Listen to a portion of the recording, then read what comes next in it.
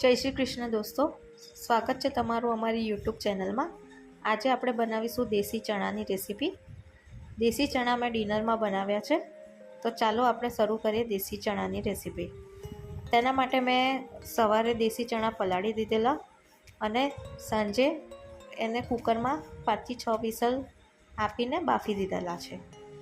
હવે તેના માટે કઢાઈમાં 2 ચમચા તેલ લઈશું, તેમાં 1 ચમચી જીરું એડ કરીશું અને સૂકા મરચાં અને તજપત્તા એડ કરું છું।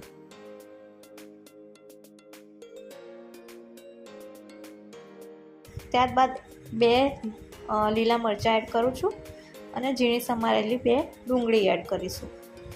ડુંગળીનો કલર બ્રાઉન ના થાય ત્યાં સુધી તેને શેકી લેવાની છે। તમે જોઈ શકો છો કે હું ડુંગળીને મીડિયમ આંચ ઉપર બ્રાઉન કલર થાય ત્યાં સુધી શેકી લઉં છું। ત્યારબાદ મેં લસણની ચટણી બનાવેલી છે। લસણ અને આદુને પીસીને તેમાં લાલ મરચું એડ કરીને લસણની ચટણી બનાવેલી છે।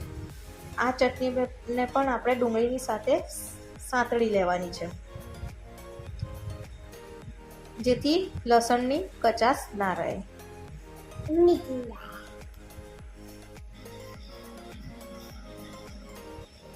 ત્યારબાદ તેમાં હું 2 ઝીણા ટામેટાં સમારેલા એડ કરું છું અને 1 ચમચી મીઠું એડ કરું છું।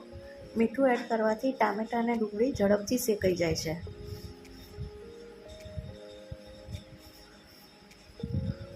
અહીં આપણે મીડિયમ ફ્લેમ ઉપર આ ટામેટાં અને ડુંગળીને શેકી લેવાના છે। તેને હું 5 મિનિટ ઢાંકીને થવા દઉં છું। ત્યારબાદ તેમાં 1 ચમચી હળદર, 2 ચમચી ધાણા જીરું પાવડર, 1 ચમચી લાલ મરચું પાવડર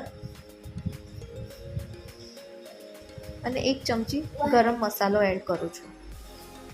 હવે આ બધા મસાલાને સરસ રીતે શેકી લેવાના છે। આ મસાલાને તેલમાં શેકવાથી તેનો ટેસ્ટ વધી જાય છે। હવે થોડું પાણી એડ કરું છું, જેથી મસાલા બળે નહીં।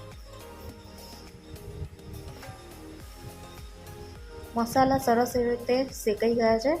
હવે તેમાં હું થોડું પાણી એડ કરું છું અને પાણીને ઉકળવા મૂકી દઉં છું। ત્યારબાદ તેમાં બાફેલા દેશી ચણા એડ કરવાના છે અને આ દેશી ચણાને ચમચાની મદદથી થોડા તોડી દેવાના છે, એટલે રસો થોડો થીક થઈ જશે। હવે તેને 5 થી 10 મિનિટ ઉકળવા દેવાના છે।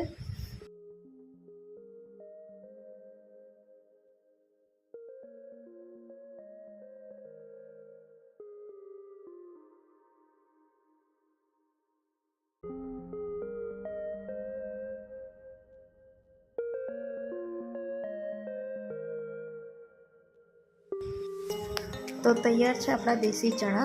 તેને હું લીલા ધાણાની મદદથી ગાર્નિશિંગ કરી દઉં છું અને પરાઠા સાથે સર્વ કરીશ। જો તમને મારી રેસીપી ગમતી હોય તો મારી ચેનલને લાઈક કરજો, શેર કરજો અને સબસ્ક્રાઈબ કરજો। Thank you. ફરી મળીશું એક નવી રેસીપી સાથે, ત્યાં સુધી આવજો।